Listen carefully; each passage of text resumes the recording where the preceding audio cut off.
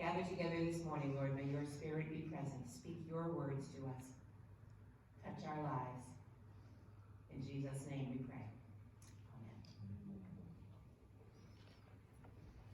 So, this morning's message comes from Lonnie Lacey, who's an Episcopal priest living in South Georgia. I read something that he wrote this week, a reflection that gave me pause. And so it's a little different from the usual sermon. I might invite you to be reflective and receive this as a gift. He wrote, "This may sound odd, but one of the most important things anyone ever said to me while I was still training to be a pastor was this: honey, whatever it is you're doing, you got to put it down and come hold this baby." What? Put it down and come hold this baby. He says, "I was a brand new chaplain intern at Children's National Medical Center in Washington, D.C. I was all of 24 years old, just 2 years out of college. I had just arrived and been told that the floor I would be covering was a neonatal intensive care unit. I knew nothing. So there I was on my first day, my starchy white shirt, my coat and tie, my shiny new plastic bag, a clipboard in my hands. Whoops, did that wrong. There we go. Clipboard in my hands and a clueless expression on my face. I had no idea what I was doing as I stood watching those nurses tending those babies who were fighting for their very lives. So I did what any of us would do. I tried my best to look very busy and very important. By the way, if you ever want to look very busy and very important, just carry a clipboard and flip the pages up and down while you glance up and side to side. As a wise man once said, 60% of the time, it works every time. But not on this nurse. Honey, she said, whatever it is you're doing, you've got to put it down and come hold this baby. What? Put it down and come hold this baby. He says, let the record show this nurse was no Virgin Mary, meek and mild. Before I knew it, she had physically yanked the clipboard from my hands, spun me around by the shoulders, popped me down into a rocking chair, and placed somebody else's baby right into my arms. There, she said, if you're going to be that baby's chaplain, that's what he needs you to do. Okay, I said, but what else am I supposed to do? Nothing, she said. There's nothing else you can do. You just hold him and love him and pray. And so I continue with Lonnie's story as it becomes my story.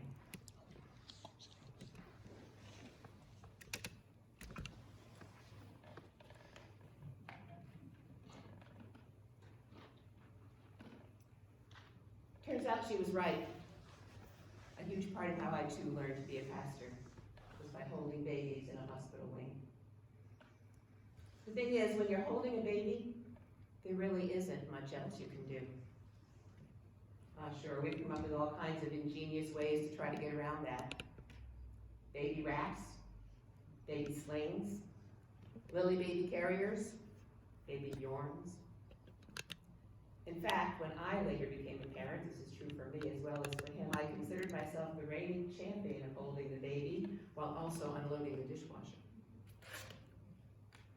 But just because you can doesn't mean you should. It's just true. When you're holding a baby, there's not much else you can do except just hold it and love it and pray. And honestly, the baby can't do that much either.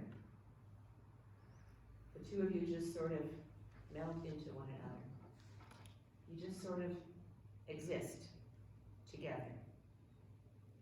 So maybe, just maybe, that's why we are here today. I don't know your business. I don't know why you think you're here. I don't know what you think drew you out, except perhaps a message from a friend. I don't know what helped you to get dressed, brought you to this place in a time when all the normal people are still home relaxing or out shopping or visiting with friends, some of them even still fast asleep. I don't know what you think it was, but here's what I can tell you. I don't think it was a Facebook ad. I don't think it was even a personal invitation. I don't think it was necessarily tradition. Whether you knew it or not, you have come here today for one thing, and one thing only. You have come here to hold the baby. Whether you know it or not, he is the one who has brought you here today. And really, there is nothing else you can do. You just hold him and love him and pray.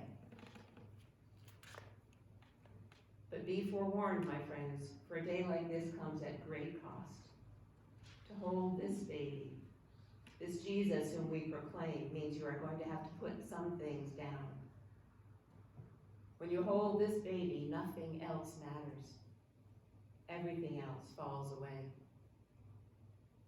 When you hold this baby, the warriors must put down their tramping boots and all their garments rolled in blood.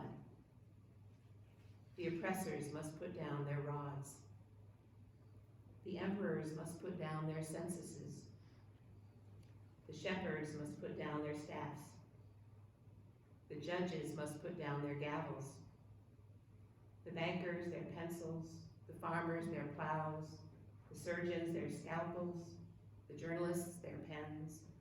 The teachers their books. The janitors their brooms. The interns their clipboards. The internet trolls their keyboards. The leaders their egos. When you and I hold this baby, when we hold this Jesus, everything else must fall away. Our cell phones, our distractions, our ambitions, our rights, our wrongs, our hurts, our grievances, our power. Whatever that is you're doing, you got to put it down and come hold this baby. But here's the final twist. Here's the insane grace of it all. For all that you and I have had to lay aside, for all the power that we have had to let go in order to hold this baby, the thing is, don't you know, he has already gone first. Yeah, we have to give up a lot in order to hold a baby, but think of how much more you have to give up in order to be a baby. He could have gone and come any way he wanted to. He could have come as a mighty warrior, a fearsome beast, a petty king with a swagger, with prestige, with power. But instead, this baby, this Jesus, came like this. Whatever it was he was doing, he put it down all those years ago so he could come and rest right there next to your loving and beating heart.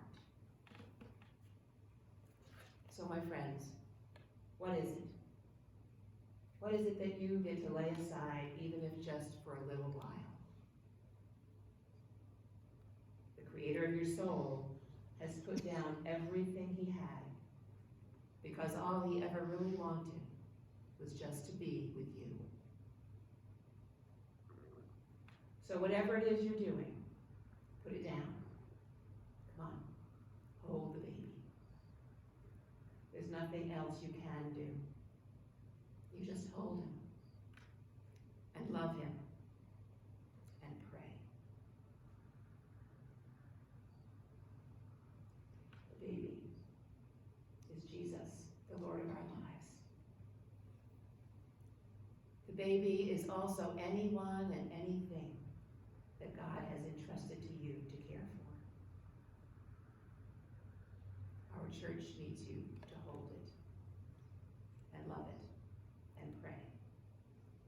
That's all. And as we do this covenant today, we are covenanting to be God's